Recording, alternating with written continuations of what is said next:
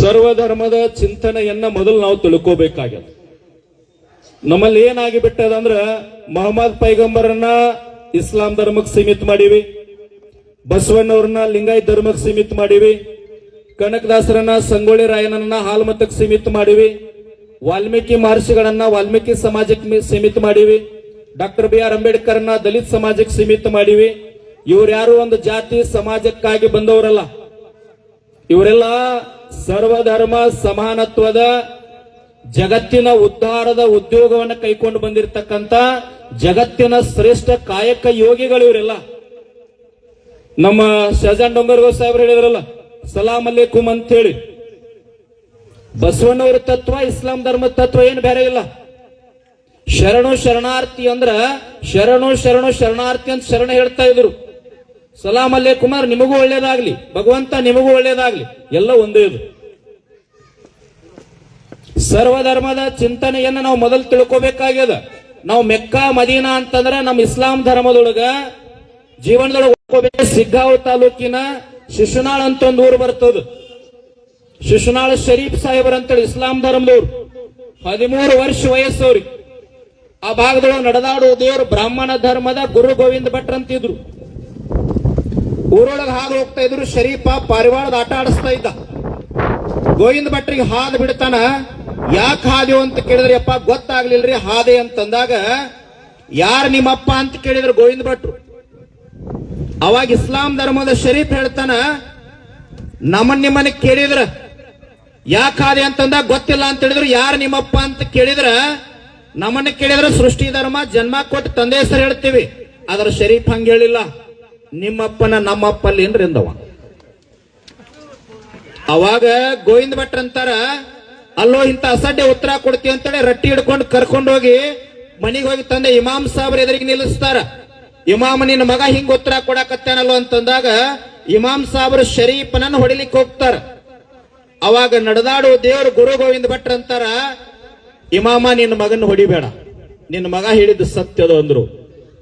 ಅಲ್ರಿ ಅಪ್ಪ ನೀವು ಹಿಂಗ ಮಾತಾಡ್ತೀರಲ್ರಿ ಅಂತಂದಾಗ ಗುರು ಗೋವಿಂದ ಭಟ್ರು ಹೇಳ್ತಾರ, ಶರೀಫ್ ಹೇಳಿದ್ದು ಯಾಕೆ ಸತ್ಯದ ಅಂದ್ರ, ನಿಮ್ಮಪ್ಪ ನಮ್ಮಪ್ಪ ಅವರಪ್ಪ ಎಲ್ಲಾರಪ್ಪ ಒಬ್ಬದನಪ್ಪ, ಶಿವಪ್ಪ ನಿನ್ನ ಮಗ ಹೇಳಿದ್ದು ಸತ್ಯದ ಅಂತ ಹೇಳಿದ್ರು. ನಾವು ಮೆಕ್ಕಾ ಮದೀನಾ ಸುದ್ದಿ ಹೇಳಿದ್ದಲ್ಲ, ಶರೀಫ ಜ್ಞಾನಿಯಾಗಿ ದೊಡ್ಡವಾದಾಗ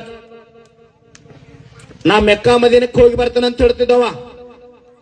ಅವಾಗ ಮೆಕ್ಕಾ ಮದೀನಾ ಅಂದ್ರೆ ಏನ್ರಿ ಅಂತ ಕೇಳಿದ್ರ, ಜನ್ಮ ಕೊಟ್ಟ ತಂದೆ ತಾಯಿಯನ್ನ ಸಮಾಧಿ ಮಾಡಿರ್ತಕ್ಕಂಥ ಸ್ಥಳಕ್ಕ ಮೆಕ್ಕಾ ಮದೀನಾ ಅಂತ ಶರೀಫ್ ಸಾಹೇಬರು ಕರೀತಾ ಇದ್ರು ನೋಡ್ರಿ. ತಂದೆ ತಾಯಿನ ದೇವ್ರ ಅಂತ ಹೇಳಿ ಆ ಭಾವದೊಳಗೆ ಬದುಕ್ತಾ ಇದ್ರು. ಒಂದು ಸಾಮಾನ್ಯ ಗುರು ಗೋವಿಂದ ಭಟ್ರ ಮನೆಗೆ ಬಂದು ನಿಂತಾಗ ಶರೀಫನನ್ನ ನನ್ನ ಉಡಿಯೊಳಗೆ ಹಾಕ್ರಿ ಅಂತಂದಾಗ ಇಸ್ಲಾಂ ಧರ್ಮದ ಮೌಲ್ವಿ ಸಾಹೇಬರು ಓಡಿ ಬರ್ತಾರಲ್ಲಿ. ಓಡಿ ಬಂದು ಹೇಳ್ತಾರ ಇಮಾಮ್ ಸಾಹೇಬ್ರಿಗೆ, ತಾಯಿ ಹಜ್ಜುಮಾಗಿ ಹೇಳ್ತಾರ, ಹಮಾರ ಧರ್ಮ ಕ್ಯಾ ಕಮ್ಮಿತ ತುಮ್ ಬೇಟೆ ಶರೀಫ್ ಕೋ ನಹಿ ಬೆಚ್ನಾತ ಅಂತ ಹೇಳಿದ್ರು.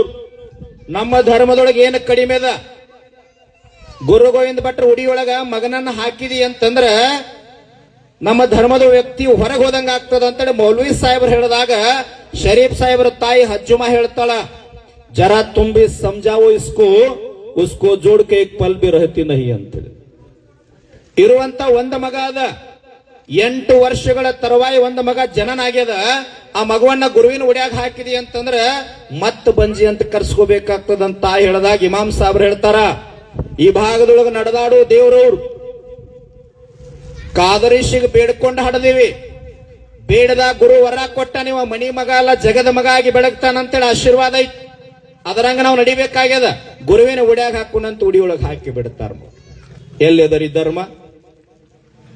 ಇದ ನಿಮ್ ಭಾಗದೊಳಗೆ ಇಂಚಿಗೇರಿ ಮಠ, ಇಂಚಿಗೇರಿ ಸಂಪ್ರದಾಯ ಹೆಸರು ಕೇಳಿರ್ತಾವೆಲ್ಲ. ಸದ್ಗುರು ಸಮರ್ಥ ಮಾಧವಾನಂದ ಪ್ರಭುಜಿಯವರು ಬಾಲ ಬ್ರಹ್ಮಚಾರಿಗಳು, ವೀರಶೈವ ಲಿಂಗಾಯತ ಮನೆತನ ಅವರು ಇಂಚಿಗೇರಿ ಮಠದೊಳಗೆ ಕುಂತಿರ್ತಾರ. 32,000 ಅಧಿಕ ಅಂತರ್ಜಾತಿ ಮದುವೆಗಳನ್ನ ಮಾಡಿಸ್ಯಾರ.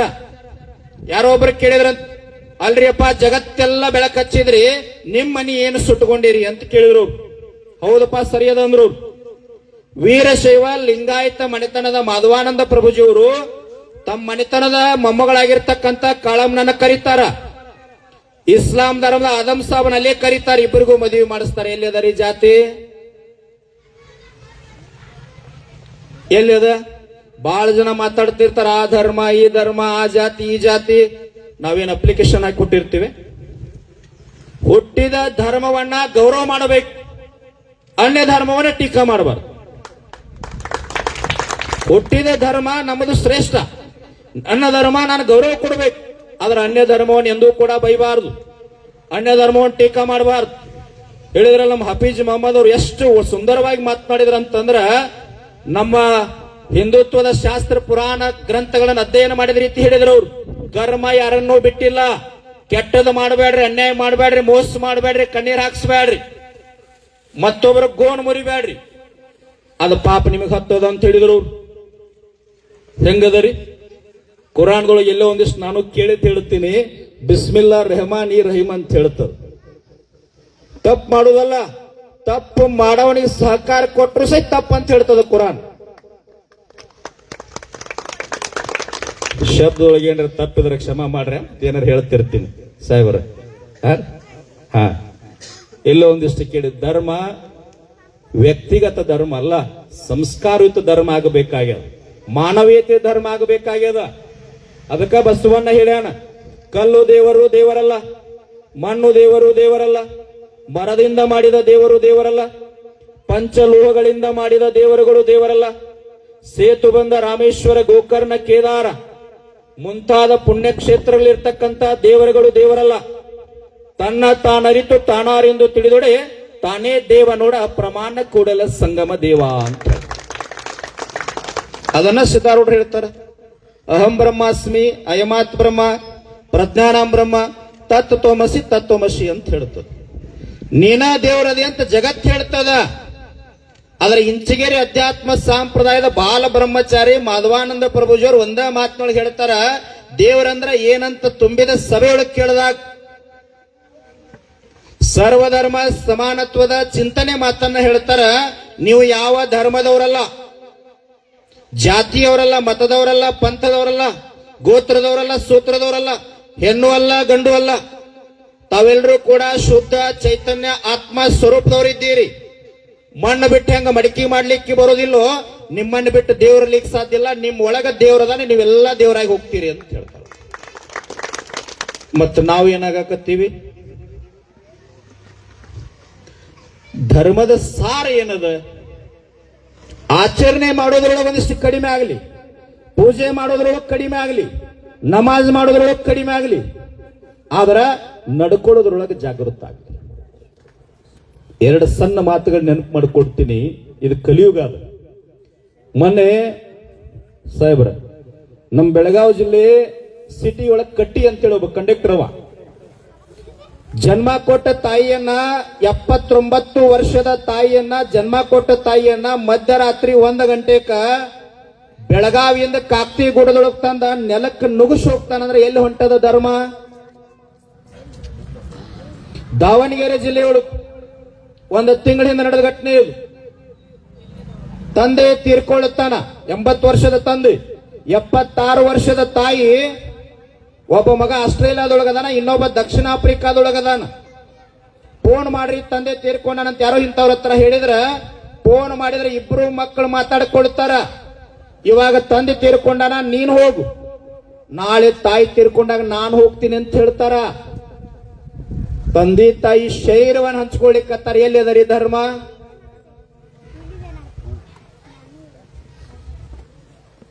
ಇವತ್ತು ಬಹಳ ಜನ ತಿಳ್ಕೊಂಡಾರ. ಏನ್ ತಿಳ್ಕೊಂಡಾರ ಅಂದ್ರ, ಬ್ಯಾರೆ ಧರ್ಮ ಬೇದೀವಿ ಅಂದ್ರ ನಾ ಧರ್ಮವಂತ, ಬ್ಯಾರೆ ಸಮಾಜ ಬೈದೀವಿ ಅಂದ್ರ ನಾನು ಒಳ್ಳೆ ಸಮಾಜವಂತ, ಬ್ಯಾರೆ ವ್ಯವಸ್ಥೆಯನ್ನ ಬೈದೀವಿ ಅಂತಂದ್ರ ನಾವು ಒಳ್ಳೆ ವ್ಯಕ್ತಿ.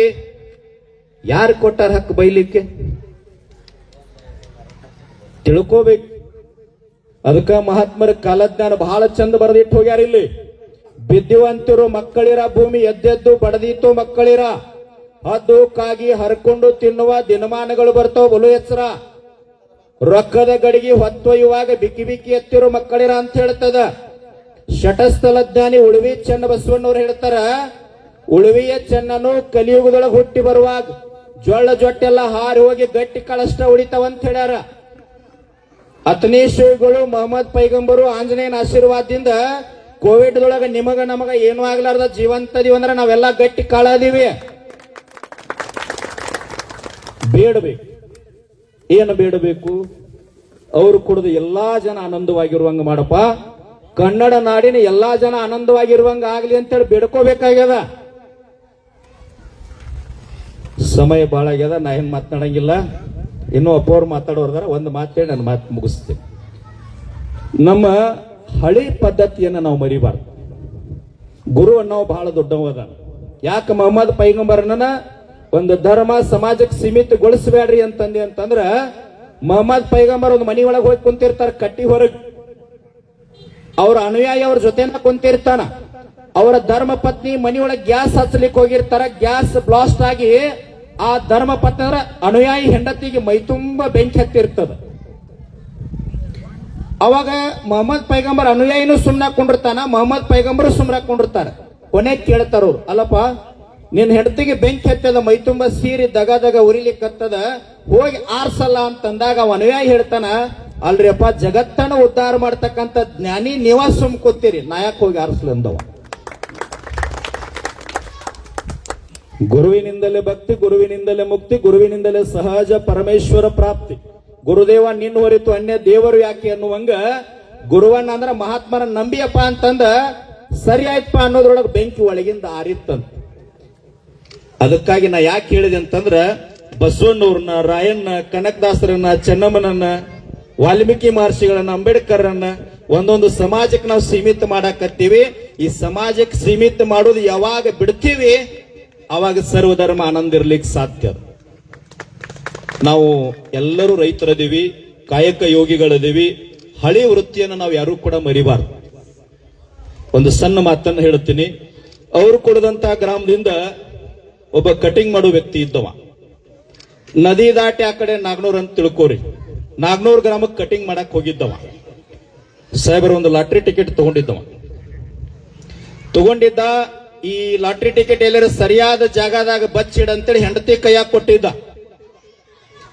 ಊರ್ ಗೌಡ್ರ ಕಟಿಂಗ್ ಮಾಡಕ್ ಹೊಳಿ ದಾಟಿ ಹೋಗಿದ್ದ. ಗೌಡ್ರದ ಅರ್ಧ ಕಟಿಂಗ್ ಮಾಡಿದ್ದ. ಗೌಡ್ರ ಪೇಪರ್ ಓದ್ತಾ ಇದ್ರು. ಅವನ್ ತಲೆಯಾಗ ಬರ್ತದ, ಗೌಡ್ರ ಪೇಪರ್ ಓದಾಕತ್ತೀರಿ, ನಾನ್ ಲಾಟ್ರಿ ಟಿಕೆಟ್ ತಗೊಂಡಿನಿ, ನಂದೊಂದ್ ನಂಬರ್ ಹತ್ತಿದ ನೋಡ್ರಿ ಅಂದ.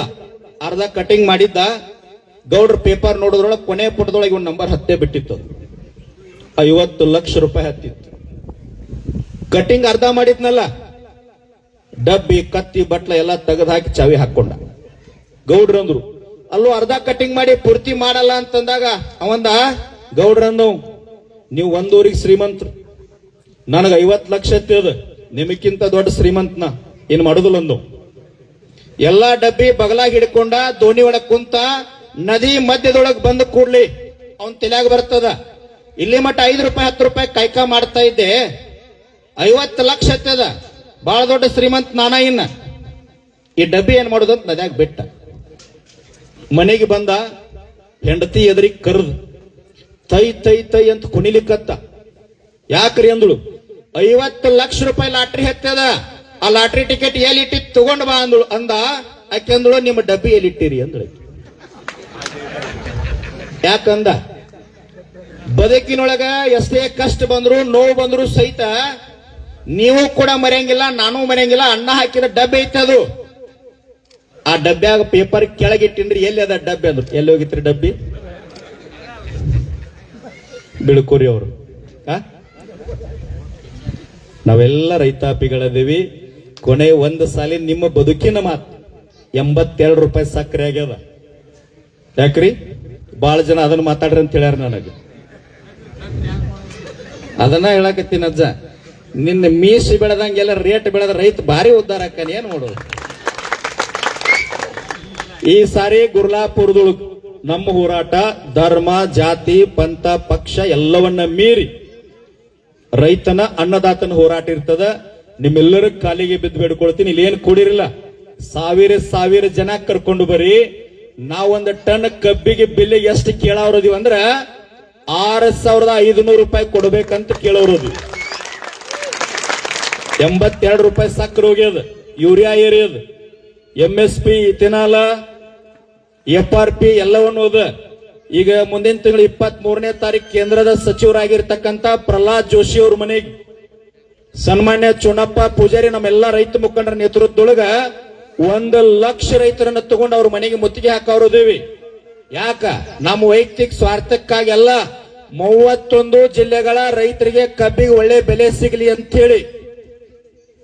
ನಿಮಗೆ ಇನ್ನೊಂದು ಗೊತ್ತಿಲ್ಲ, ಇಲ್ಲೆಲ್ಲ ಬಹಳ ಚಂದ ನೀವು ಮಾತಾಡ್ತೀರಿ. ಈ ಫ್ಯಾಕ್ಟ್ರಿ ಅವ್ರ ಅಧ್ಯಕ್ಷರ ಫ್ಯಾಕ್ಟ್ರಿ ಲಾಸ್ ಆಗ್ಯಾವ ಅಂತ ಮಾತಾಡ್ತಾರ. ಬೆಳಗಾವಿ ಜಿಲ್ಲಾದಾಗ 42 ಫ್ಯಾಕ್ಟ್ರಿ ಪರ್ಮಿಷನ್ ಅರ್ಜಿ ಹಾಕ್ಯಾರ. ಯಾರು ಹಾಕ್ಯಾರ? ನೀವು ಓಟ್ ಹಾಕಿದವ್ರ ಹಾಕ್ಯಾರ. ಯಾಕ್ರಿ ಸಾಹೇಬ್ರ? ರೈತ ಉದ್ಧಾರ ಆಗಂದ್ರೆ ಹೆಂಗ ಅನ್ನೋದು?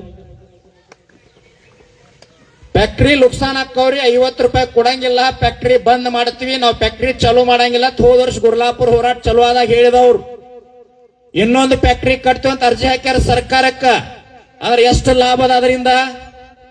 ಇಥಿನಾಲ, ಬಯೋಗ್ಯಾಸ್, ಶುಗರ್, ಬೈ ಪ್ರಾಡಕ್ಟ್ ಎಲ್ಲ ಆಗಿ 1 ಟನ್ನಿಗೆ 18,000 ರೂಪಾಯಿ ಲಾಭ ಐತೆ ಅವ್ರಿಗೆ.